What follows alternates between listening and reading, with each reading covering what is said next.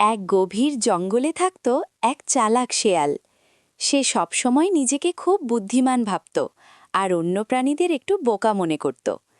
একদিন খাবারের খোঁজে দৌড়াতে দৌড়াতে শেয়ালটা হঠাৎ করে এক শিকারীর ফাঁদে পড়ে যায়। অনেক কষ্টে সে ফাঁদ থেকে বের হতে পারল, কিন্তু দুর্ভাগ্যক্রমে তার সুন্দর লম্বা লেজটা কেটে যায়। লেজহীন শেয়াল খুব লজ্জা পেল। সে ভাবল, এভাবে যদি সবাই আমাকে দেখে তাহলে তো হাসাহাসি করবে। কয়েকদিন পরে সে এক ফন্দি আঁটে। জঙ্গলে সব শেয়ালকে ডেকে সে বলল, বন্ধুরা, লেজ রাখা খুবই ঝামেলার, দৌড়াতে অসুবিধা হয়, শিকারীরা ধরে ফেলে। আমার মতে লেজ কেটে ফেলাই সবচেয়ে বুদ্ধিমানের কাজ। অন্য শেয়ালরা প্রথমে কথায় ভুলতে বসেছিল, কিন্তু এক বয়স্ক শেয়াল হেসে বলল, তুমি কি নিজের সুবিধার জন্য আমাদের ভুল পথে নিতে চাইছ? তোমার লেজ নেই বলেই কি আমাদেরও লেজ কেটে ফেলতে হবে? সব শেয়াল তখন সত্যটা বুঝে গেল।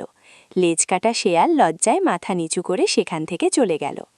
শিক্ষা: নিজের দোষ থাকতে গিয়ে অন্যকে ভুল পথে নেওয়া কখনোই ভালো কাজ নয়।